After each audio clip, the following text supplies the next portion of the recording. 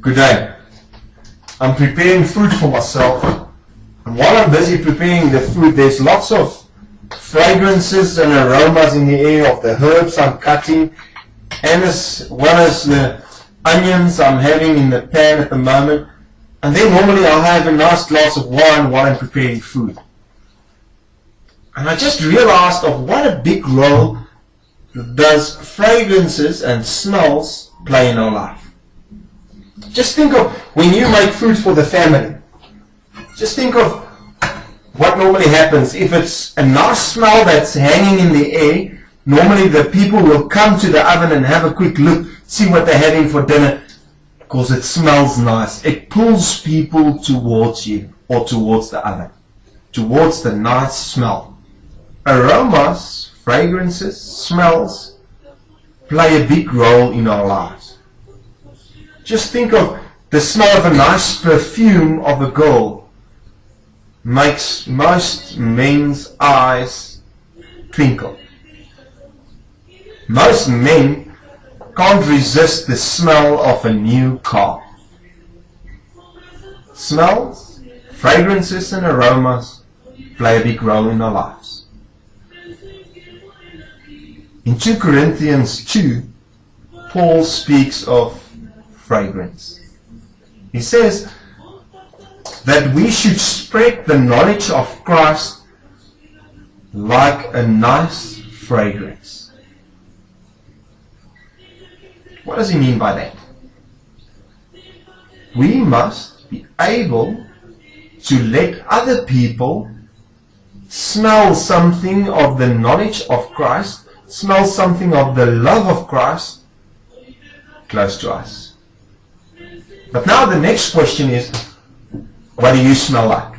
Symbolically speaking. What do other people smell around you? Do they smell the love of Christ? Do they smell forgiveness? Do they smell sacrifices you make for other people? What is the smell or the fragrance you give off? Does it pull other people closer to God? Or does it chase people away? Normally, me and you want to cover our bad smells with something like aftershave. We put aftershave on our bad deeds we have, so that people won't recognize it. We will be able or willing to forgive someone, but we won't forget.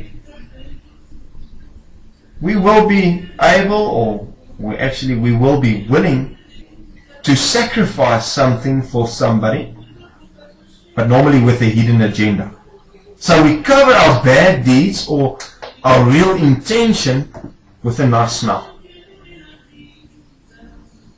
Remember, this artificial smell, remember, these artificial fragrances aren't going to last forever. At a certain stage, the bad smell will come through.